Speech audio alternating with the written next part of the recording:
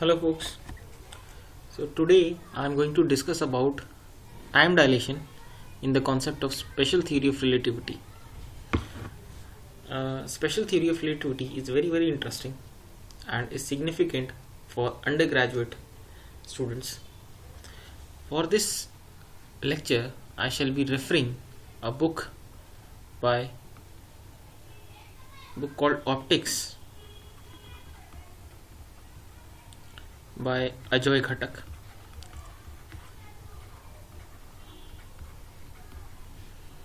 Sixth edition.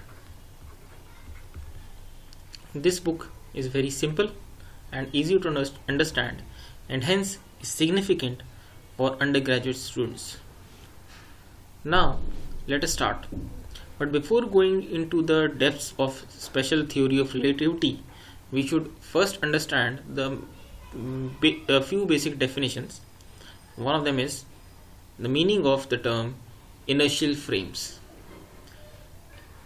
Inertia, you already know that inertia is the state of a body to remain at rest or to stay in a continuous motion at a constant speed if it is not disturbed by an external force. State of being at rest or in motion at a uniform velocity, if not disturbed by an external force, is called inertia. So this is also the Newton's first law, which tells that without any external influence by an external force, a body which is at rest will stay at rest, and body which is moving will continue to do so at the constant speed if it is not disturbed by the external force. All the frames of references which satisfy Newton's first law of motion are called inertial frames. Inertial frames, the definition of inertial frames tells us that an inertial frame is the one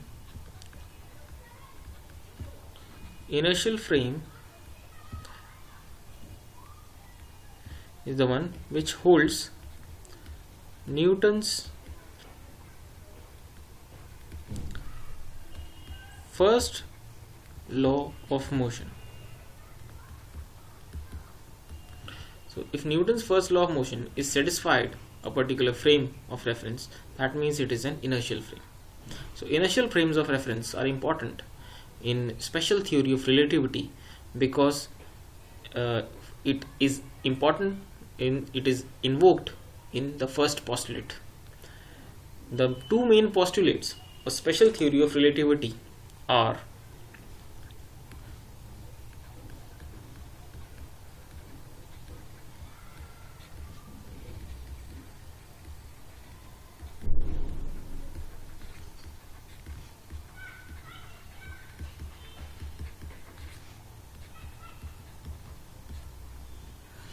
special theory of relativity has two main postulates. First one is that laws of physics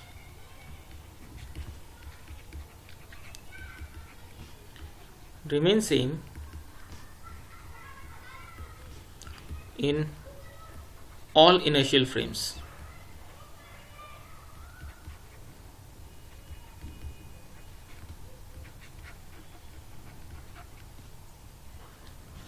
That means if you perform an experiment in two inertial frames, the experiment will going to yield similar results. For example, if you have a pendulum, you determine the time period of oscillation of that pendulum inside a moving train. You notice you determine certain value and of the time period, and you repeat the same experiment at the platform which is stationary. So the time period of the pendulum in the two cases will come out to be same if the pendulum is same.